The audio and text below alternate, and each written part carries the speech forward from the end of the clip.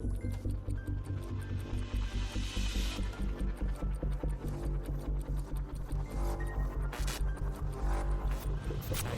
everyone. I'm Dan Abrams, and this is Court Cam.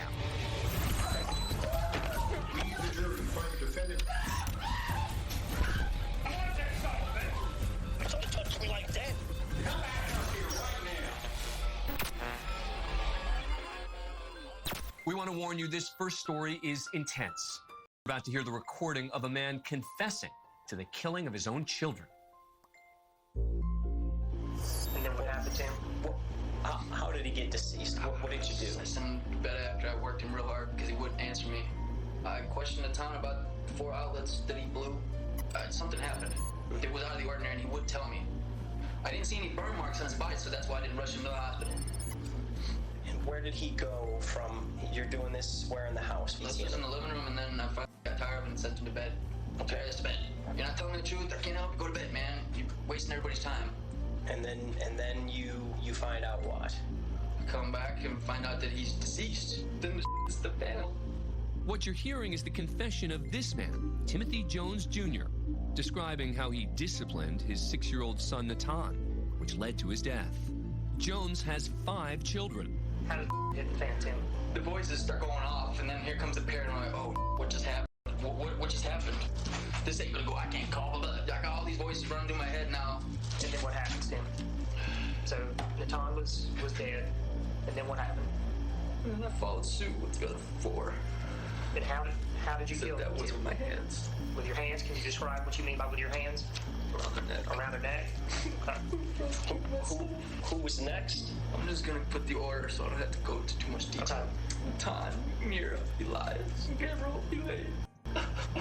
Timothy Ray Jones Jr. is facing 5 counts of murder for the unimaginable crime of killing his 5 children. Mara, age 8, Elias, 7, Natan, 6, Gabriel, 2, and Elaine, just 1 year old, on the night of August 28, 2014. Authorities say Jones killed his children at his Red Bank home, put their bodies in plastic trash bags, and drove for 9 days before leaving them in a rural area in Alabama. He claims that voices told him to do it and has pleaded not guilty by reason of insanity. During the trial, the prosecution calls Jones's ex-wife and mother of the 5 slain children, Amber Kaiser, to the stand and asks her to read a letter that she wrote to her children about the couple's divorce. The prosecution may be using this to help drive home the devastation that this horrible crime has caused. Why did you write this letter, Ms. Kaiser? Because I knew my kids were hurting over us not being together anymore, and I felt as though it was my place to apologize for breaking their hearts, for their broken home. Read the letter you wrote to your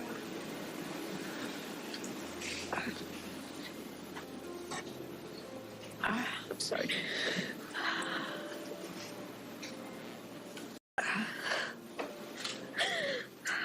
I'm sorry. Mira, my sweet, sweet daughter. I know that your heart feels heavy and that you feel really sad sometimes. I want to reassure you, sweetheart, that you, along with your brothers and sister, mean everything to me. You kids are my world, and Mommy and Daddy were very blessed to have you. God. Oh, God. I'm sorry. I'm sorry. Kaiser's help from the witness stand, and the court takes a recess. Jones does not take the stand in his own defense. 2 weeks later, the verdict.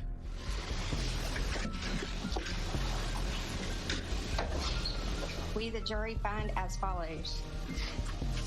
As to indictment 188, Mira, guilty. As to indictment 189, Elias, guilty.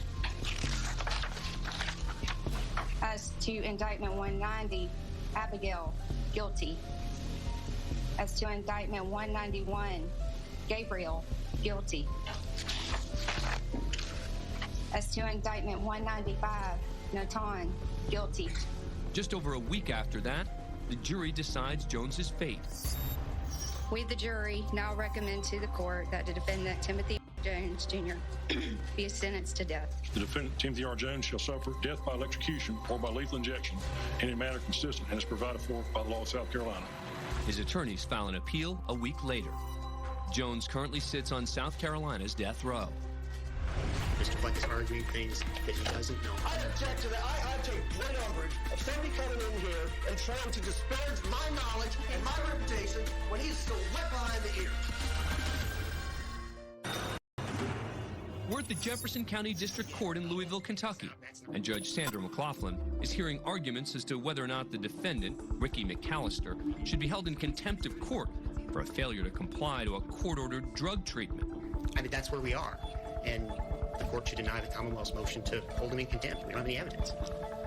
Okay, what's the Kane's position? Judge, this defendant 8 times over has failed to comply. I don't know why he's failed to comply. He's failed to comply because he doesn't want to do it. He's failed to comply because he doesn't want to pay for it. He's failed to comply because he's an alcoholic. Okay. I don't know. I don't know. But that's why the legislature has shifted the burden to the defendant to show cause. Now, that's what he was supposed to do on August 29th, and he willfully failed to appear in court. Now, do I have to prove why he willfully failed to appear in court? No, of course not, because he didn't. We don't and know that's he why failed to I'm appear. talking here. I'm sorry, I have an And objection. that's why the legislature Objection. has shifted the burden, objection. and he can. What is your objection, Mr. Harbeck? Attorney Mr. General, Fleck is like the arguing law things that says. are not in evidence. Mr. Fleck is arguing things that he doesn't know. Mr. Fleck, I'm arguing things I don't know. I've forgotten more than you will ever know, buddy boy. Mr. Fleck. I object to that. I take great umbrage of somebody coming in here and trying to disparage my knowledge and my reputation when he's still wet behind the ears. Mr. Fleck. I've been doing this a whole lot longer than he's been Mr. Fleck, have a even seat. on this planet. Okay, have a seat. Thank you very much. All right, we're going to recess until 1 o'clock. We'll see you back at 1 o'clock. Thank you. Judge, I'll be here. I can't be here at 1. You need to be here. You're ordered here to be at 1 o'clock. Well, I'm supposed to have lunch with my mom in 1 minute. Your so mom, you want me to call my mom and tell her I'm going to stand her up for lunch because of Mr. McAllister? You tell her you have to work. You want to make it 12. You can make it 1:30. The court is going to work. I'm recessing until. You're going to make me stand up my own mother, my 83-year-old mother, who's waiting at a restaurant for me to show up. You know why? Because I think it's important for Mr. McAllister to get this matter resolved. Well, if he wanted to get it resolved, he had 9 opportunities to do so. I understand that. We'll see you back at 1 o'clock. Well, for the record, I think this is. Mr. Fleck, we'll start when you are back here, so enjoy your lunch with your mother. After lunch with Mom, they're back in court. We're still on the record. There's been a motion for contempt. Mr. Fleck, did you want to make a statement? I do, Judge. I'd like to apologize for my outburst at 12:15. I think I was being needled by counsel incessantly, and the very thought of me standing up my mother. Let me stop you right there. If you're going to make an apology, I don't need it. You don't need to talk about anybody else's behavior but your own. I would apologize for my behavior, my outburst. The thought of my mother being stood up for lunch, I had no way to get a hold of her. She does not have a cell phone. Was more than I could stand, and I reacted to that situation poorly, and I would ask the court's forgiveness. Deeply apologize for my outburst. Because of his outburst, Bob Fleck is fired from the county attorney's office. Next, we head to Kent County Circuit Court in Grand Rapids, Michigan. This is 23-year-old Andy Gonzalez. He's in court today to receive his sentence for the shooting death of 23-year-old DeAndre Bullis. Bullis was shot in broad daylight on a Grand Rapids street. He died on the scene. Today, Gonzalez faces possible life in prison for the murder. As part of the sentencing process, loved ones of DeAndre Bullis deliver victim impact statements while looking directly at the defendant. DeAndre Bullis' mother, Sylvia Villarreal, is at the podium first. My grandsons have to live the rest of their life without their dad. They didn't even have a dad growing up. So thank you. Thank you for what you did. Because you ruined my life, you ruined their lives, and you ruined your family lives. Because he didn't need no gun to kill nobody. He could have beat your ass up and down the street, you and the clowns that you hang out with. Now my baby is dead. So you're happy. Thank you. Because I'm happy too, because yeah, his body's dead, but his spirit lives on. And I know he's standing right here laughing at you. That's why you killed him, right? Because he laughed at you? Because you're a bitch. You're a coward. You already know how life is in prison. And you think you're going to just be happy-go-lucky? Nah, you're going to suffer for the rest of your life with your mouth open, being everybody's for the rest of your life. Why did you kill my baby? You're not a reason. You're gonna die in prison. I know. I think you need to calm down on this. I know. Sandra Bravo, the mother of DeAndre's 2 sons, is at the podium next, with one of her children standing by her side. You took my kid's dad from him. Now they have to grow up for the rest of their life without their dad, and he was a good-ass dad. He spent every single second caring for them and loving them. And now they have to go on without him, and I have to go on without him and raise my 2 boys without their daddy. You don't even know what it's like to be a father. You're just stupid. God forgive me, but I hate you. And I hope you rot in hell for the rest of your life. Andy Gonzalez is sentenced to a minimum of 67.5 years in prison. In an interesting legal twist, if Kent County Circuit Judge George Quist sentenced Gonzalez to life in prison, he would have been eligible for parole after 15 years. Instead, Gonzalez will be about 90 years old by the time he gets his first shot at parole.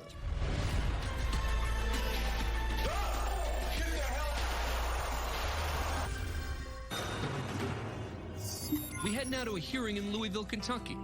The defendant, James Roeder, has been charged with burglary. His alleged partner in crime, his wife, Ashley. They're both charged with breaking into a warehouse and stealing 6 flat-screen TVs. At the time of the robbery, Ashley was pregnant. James, who's been locked up in county jail since his arrest, has had a no-contact order with his wife, meaning they're not allowed to speak to each other before their court cases because they're co-defendants. While they've been separated, Ashley gave birth to their son. You sure you're comfortable with this? Is this what you want to do? All right, just stay right there for just a second. The judge is addressing Ashley, who's in court with her baby for her own hearing. James Roeder, who has just left the courtroom after his hearing, is being brought back in. I don't want you to say anything to me about your case at all. Don't say anything. Your lawyer's not present right now. But I understand that there is a chance that you're going to go back to Todd County and that your baby is a month old and you haven't met that baby yet. Is that right? Yes, ma'am. Miss Roeder, do you want to come up here? I know you have a no contact order between you and Miss Roeder that I have, that I issued, and I'm not changing that.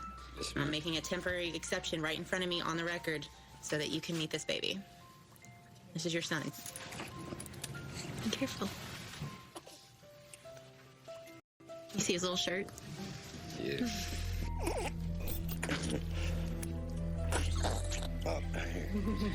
It could be a fair amount of time before Roeder sees his son again.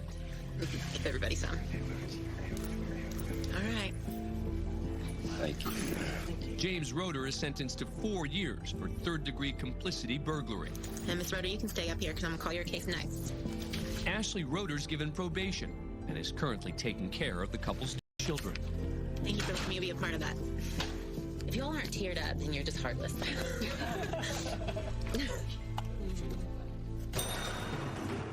Before we hit the courtroom for our next story, we're going to take you back to the beginning of the defendant's journey. We're in Springfield, Ohio, and the owner of John's Drive-Thru is closing up shop for the night.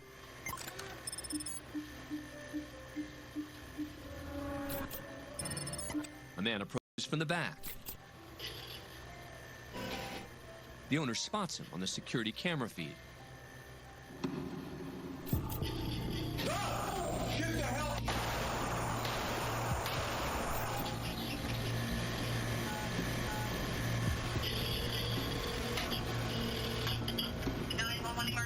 Yeah, this is John's Drive-Thru, West Main Street.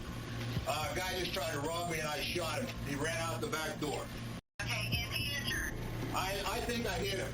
With help from the store's security camera footage and a tip from a local hospital who treated a man for multiple gunshot wounds, police identified the perp as Ricky Hand, a known career criminal. I did try to rob John's Drive-Thru. He got shot 3 times. I did a crime. I ain't gonna lie. I just wanted to let you know. So, John, what'd you do with the pistol that you had when you were in there? Because, you know, it's my understanding when you run in there, you started pulling out, the guy saw you. Right, but I didn't even get it out. You were going for it, though, right? But I didn't even get it out. I didn't branch. He shot me regardless. Well, I think he's well aware that you've been robbing places at gunpoint or so. I've never robbed anybody. That's the first one I've ever done. Now, hang on a second. Now, you and I have been straight with each other every time we met each other, okay? Yeah. I know there's more to it than that. I pulled it out. Pulled the weapon out. But I don't think I got it all the way out. Well, he saw you. That's why he shot you. Hand is indicted on 30 charges connected to a string of business break-ins at gunpoint. He confesses to a series of armed robberies. There have been probably a half a dozen or more robberies. Now, you're looking at John's. You're looking at this break into this beauty salon. That's all I've done. The beauty salon's a bonus because I didn't even know anything about that, and you told me that. I'm going to prison for a long time. Well, you know that. Now Hand sits in a Clark County courtroom in Ohio, where a judge has just handed down his sentence. You just gave me 40 years. Sir? Yes. You just gave me 40 years. Well, guess what?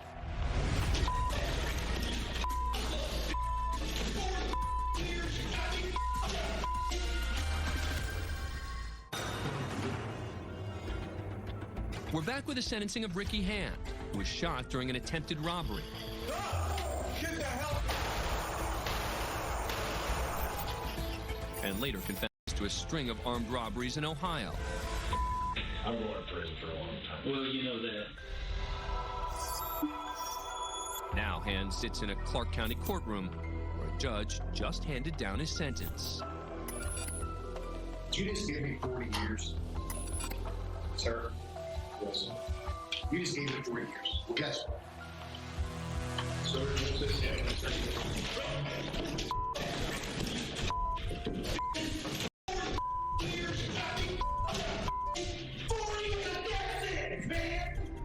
Hand was clearly expecting a lesser sentence. But if we look again, You just gave me 40 years. you'll see he came prepared for the worst. You just gave me 40 years. Well, guess what? Look closely. Hand reaches into his arm sling and pulls out some cloth that was hiding a small bottle filled with, ready for this?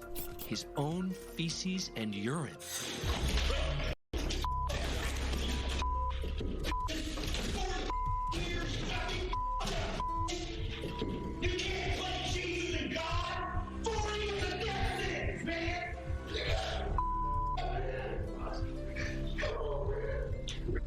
Ricky Hand lands in even more trouble for the feces-flinging attack.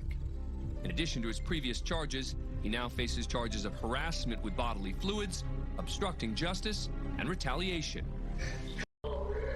And here now, under much better circumstances, the prosecutor you saw there, Andrew Piecyk. Thanks very much for joining us. Appreciate it. Thank you for having me. So he planned this out. Yes. Yeah. Ricky had, you can't really see it too well in the video, but he had actually created some kind of rig made out of like shoelaces or bed sheets. It had like holsters, and he had, I think, 4 or 5 other bottles that he had filled that he had brought into the courtroom with Beyond what he already threw. Yeah. You know, and obviously his intent was probably to try to use all of them. He only got one of them open, thankfully. That was bad enough. How was he able to get this stuff into the courtroom? So, you know, there was an investigation afterwards. I don't know all the details of it. You know, it's very common, unfortunately, that contraband is able to make its way into jails all over the country, including in Clark County. Who was he targeting? Was he targeting his attorney? Was he targeting you? Yeah, I know that he was not happy with me because of the offer that he received. You know, later on in some other interview, he did say that he was trying to get the judge. Ultimately, he mostly got himself, his attorney, and unfortunately the deputies that had to arrest him in the courtroom there. Who was the woman we saw videotaping it in the front row there? She was one of the victims, would have been a clerk that worked at one of the liquor stores that he had robbed, and is clearly entertained by it. You know, I think obviously to her, even though Ricky claimed that he used a fake gun, and we did recover one fake handgun, you know, that clerk has no idea that that's not a real gun being pointed in their face when they're being robbed, which you can tell, you know, from the guy decided to shoot him, obviously feared for his life, and you know, he handled it appropriately. Andrew Piecyk, thank you very much for coming in. We appreciate it. That's it for this edition of Court Cam. Thanks for watching.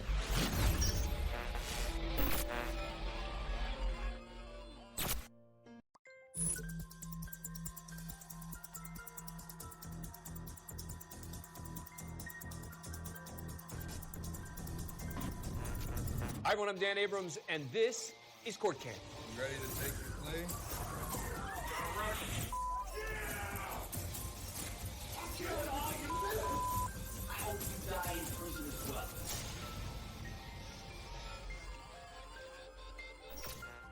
We kick things off in Orange County, Florida, where the defendant is making his second appearance here on Court Cam. Jeremy DeWitt. Did I say that right? Yes, sir. 41-year-old Jeremy DeWitt is charged with carrying a concealed weapon. The Orange County Sheriff's Office is very familiar with DeWitt. Oh, God, not him again. It's Jeremy. Since DeWitt's been arrested several times in the past and convicted once for impersonating a police officer. What are you doing? What the does it look like I'm doing, dog? Get the over before you find out. Stop pretending you're a police officer. DeWitt runs a security company that provides escort service during funeral processions. But he has a long history of using this business to drive recklessly through traffic, block intersections, Go past me! Go past me! and confront other drivers when he believes they're disrupting his services. Hey! Police eventually caught up with DeWitt, and he was charged in 2 different counties with impersonating an officer and failing to register as a sex offender. He was released on bond, and that's when police catch up with him again, 10 months later. A deputy stops him along with one of his employees when he sees DeWitt carrying what appears to be a firearm. Don't reach for that firearm! Walk away from your bike! Keep your hands up! Keep your hands up! Go down to your knees! Do not reach for that firearm! You're being secured because you're openly carrying a firearm. What? You're openly carrying a firearm. It's illegal to openly carry a firearm in Florida, and after he's placed in cuffs, the deputy tries to remove DeWitt's helmet, which the faux police officer does not appreciate. What are you, dick? If I help I'm trying to identify you because I can't see you. You're trying to identify me? When DeWitt learns why he's being arrested, he goes ballistic. Carrying a pepper ball, you already know that. I do not know that. That is a firearm. That is a firearm right now. All right, Jeremy, you're being arrested for carrying a concealed weapon. Concealed? It was in plain view. That's not plain view. It's concealed. That whole thing's in it. What are you talking about? DeWitt is furious with police, and there seems to be only one thing on his mind. Give me a lieutenant. Give me a lieutenant. It was in plain view. It's in plain view. Give me a lieutenant. Sit down. Sit down and be quiet. Where's the lieutenant? Where's the lieutenant? Where's the lieutenant? But the real police don't take kindly to his demands. Give me a lieutenant. This is not right. Are you listening to me? Are you listening to me? I'm a deputy. I'm not an officer. You don't tell me what to do. Stop yelling at me, and I'm going to stop yelling at you. Do not yell. Do not raise your voice at me. Yes, sir. Do you understand? You've already asked the sergeant for a lieutenant. You don't get to pick and choose who comes to the traffic stop.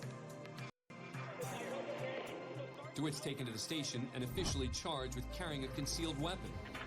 But when it's later determined it was just an unloaded pepper ball gun... This online identifies as a Glock, basically a Glock replica. Can you show me on here anywhere, I mean, I don't know why you'd have a light on a less lethal, but can you show me anywhere on here where it gives anybody the idea that this is not a firearm, that it's a less lethal? I can't answer that.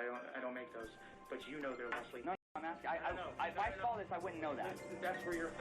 But you can save that for somebody else. Okay. How's it going, sir? Good. How are you? The charges are dropped. Wherever you want to go. Do you need a ride?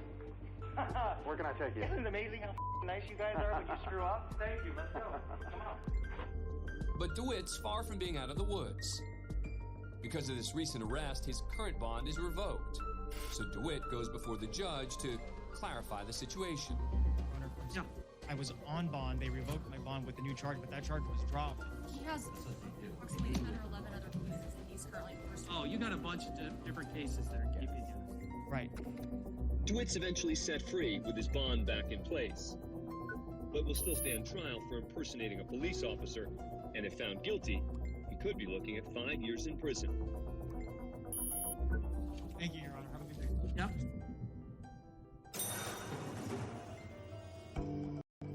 Next, we're at the Fresno Criminal Courthouse for a hearing.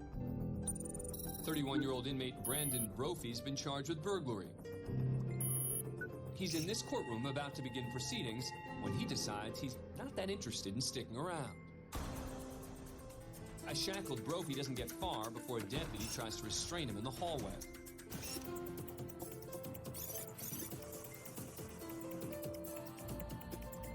During the struggle, Brophy appears to go for the deputy's gun as 2 bystanders decide They want no part of the situation. Brophy's a foot taller and at least 50 pounds heavier than the deputy, but she's determined to keep Brophy from getting away. Another bystander sees the struggle, and unlike the two who took off earlier, bravely joins in, helping subdue Brophy by applying a headlock. Deputies and court staff eventually rush in to provide backup.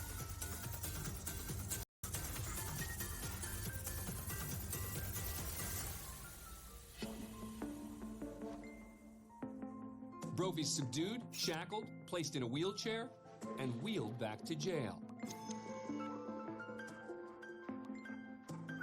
Brophy was arrested and booked again into the Fresno County Jail on new felony charges of escaping jail, in addition to the original burglary charge. His bail set at $1,693,000 as he awaits his next court date.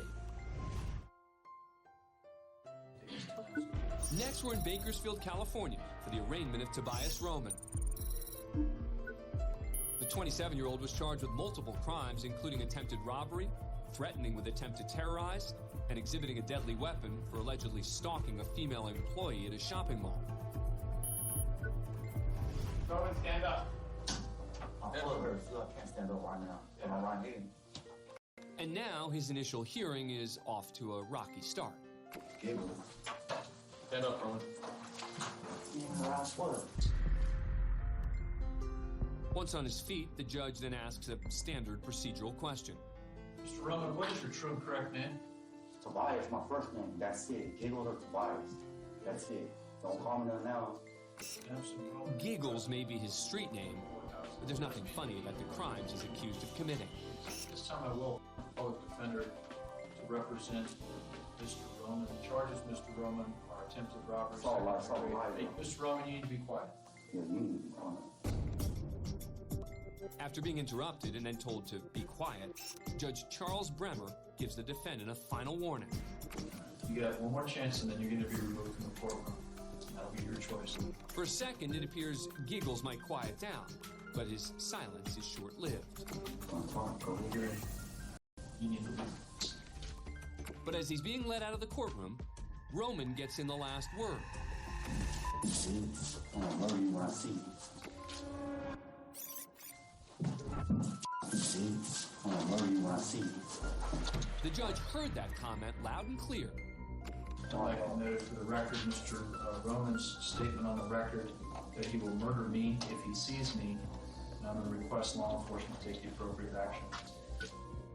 Tobias Roman later pled no contest to the charge of threatening a public official and was sentenced to 8 months in prison. Of his original charges, all were dismissed except for threatening with intent to terrorize. He pled no contest and was sentenced to 3 years in prison. You're a vicious liar with no remorse. What a monster you are. Next, we're in Cleveland, Ohio for a sentencing hearing. The defendant, 52-year-old Lance Mason, is no stranger to this very courtroom. For 6 years, he served here as a Cuyahoga County judge. But today, he's the one receiving judgment for a vicious crime. Just minutes before police arrived on the scene, Lance Mason was waiting at his sister's house for his ex-wife, Aisha Fraser, to arrive with their 8 and 11-year-old daughters. At the time, the couple was in the middle of an ongoing custody battle. Once at his sister's house, Mason violently stabbed Fraser to death outside the home. This police body cam video shows the chaos that followed. It's 1-1. It's on this side of the street. It's him. He came out of the house. It's him. Watch out. Put your hands up. Attempting to flee the murder scene, Mason crashed a black SUV into the side of a police unit. An officer who was exiting the vehicle is struck and severely injured. Put your hands up. Hands up. Hands up. We're back in Shaker Heights, Ohio, where Judge Lance Mason was being apprehended by police who believed the judge had just stabbed his ex-wife to death. Put your hands up. Hands up. Hands up. On foot, Mason tries to outrun police.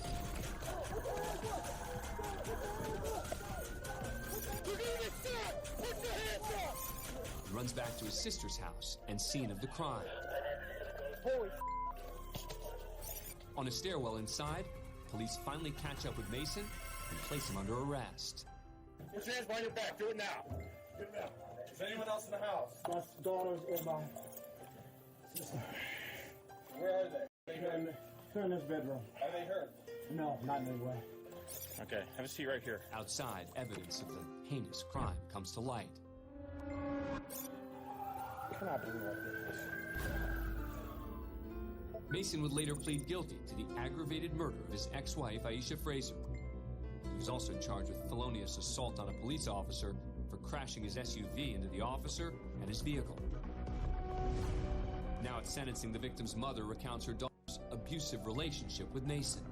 Today, I confront you on behalf of my husband and myself for the aggression that you had rendered to my daughter and our family, causing her to live in fear and ultimately resulting in Aisha's murder at your hands.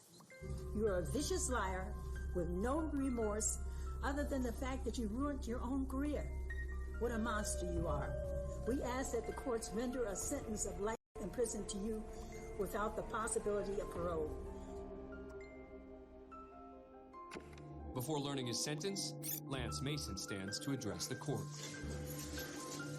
I can't begin to say or articulate how sorry I am about all the pain that I've caused. And I'm aware of it. I accept full responsibility for it. I'm ashamed. I know it's a betrayal of my faith, my belief. And I failed my daughters. Every day I live, I know that my daughters will live without their mother and their father, and that tears me apart. I love those girls more than I love my life. The state and the victim's family have asked the court to impose the maximum sentence of life without parole. But Judge John Haas has a different view. You deserve the maximum sentence the state requests. However, there is something, anything positive to transpire out of this in the future. Is for you to make a difference while you are in prison, to help others with your background. You will then be eligible to appear before a parole board. I am hopeful that during that period of time, with that glimmer of hope, that you will take advantage of that and you will, in fact, make a difference in the lives of those people around you. The court sentences you to life in prison with parole eligibility in 30 years and 5 years for the felonious assault on a police officer. Lance Mason will be eligible for parole in 2053 when he would be 86 years old.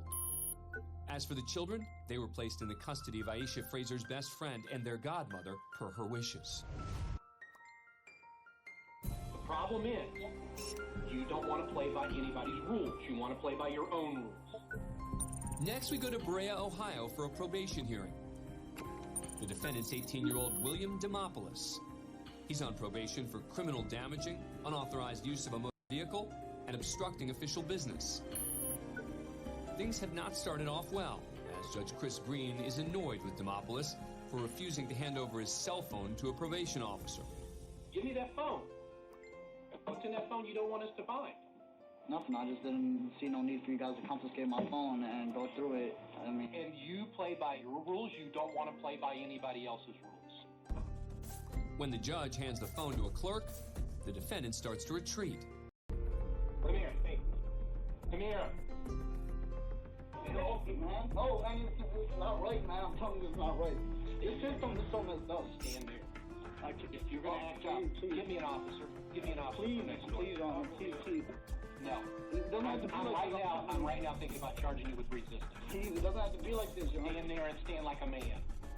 I can't do it. I'm sorry, I can't do it. Then you're going to go to jail today. Sounds like this teen is willing to give up his freedom for a phone. did we talk about with regard to following the rules? And they told you to give him the phone? I don't know why. The judge breaks it down for Demopoulos. When you are on probation, your probation officer has a right to take anything they want to take of yours. If they want to search your phone, they search your phone. The problem is, you don't want to play by anybody's rules. You want to play by your own rules. It's not like that, Your Honor. Getting nowhere, the defendant changes his story. It's not my cell phone. Whose cell phone is it? It's my brother. Then why did you tell him that? I need him handcuffed, please. Even with deputies closing in, Demopoulos doesn't seem interested in cooperating. As quickly as Demopoulos hops over the table, the deputies tackle him to the floor.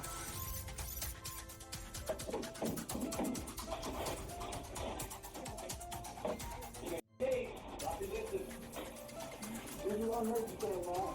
Don't keep them so up, man, for real. Please stop, man. That's the defendant's grandfather looking on. Why didn't that happen, man? But why, though, man? Why does it have to be like this, man? Really? It's like this because you make it like this.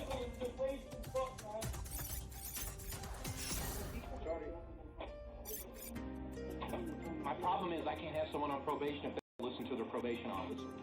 He has a problem. I know he has a problem. Man, he's kind of like a little cat, though. Yeah, he jumps. He's very athletic. Yeah. The judge revokes the defendant's probation, and he's charged with resisting arrest. He's sent to jail for 40 days. Joining us now is the judge you saw there from the back, Judge Christopher Green. Judge Green, thanks very much for joining us. Appreciate it. So take us back to that day. What were you expecting as the proceedings started? Well, as a judge, I think the one thing you can never have an actual day where you expect things to go just simply. You do sometimes have those days. I didn't expect the guy to jump on the table, though, and try to take off out of the courtroom. Now, did you know him? Did you know anything about him before this started? I did not know him personally, and if I'm not mistaken, this might have been either the first or second time he was in front of me while he was on probation. Have you ever had anyone try and run out of your courtroom before? Yeah, an escape case is not an unusual case, even in a municipal court like mine, where we're handling with mostly misdemeanor things. So, yeah, we've had people that have fled the court before. Some are good at it and escape, and some are bad at it and don't escape. Now, at one point, you instruct the court officers to handcuff him. I need him handcuffed, please. What were you thinking at that moment? I'm thinking at any time when I'm going to hold somebody in contempt or put a jail sentence on them, there is always that opportunity for them to go out of, the impulse sometimes for them to fly out of control, to try to get away from what they're about to face. Come here. Hey. Don't get to push you. Wait. Man. No, man, this is not right, man. I'm telling you, it's not right. So routinely, I think most judges would instruct them to handcuff the individual to help impede them from being able to get out of our control. Judge Christopher Green, thanks so much for taking the time. We really appreciate it. Dan, thank you for having me on. It's been my pleasure. That's it for this edition of Court Cam. I'm Dan Abrams. Thanks for watching.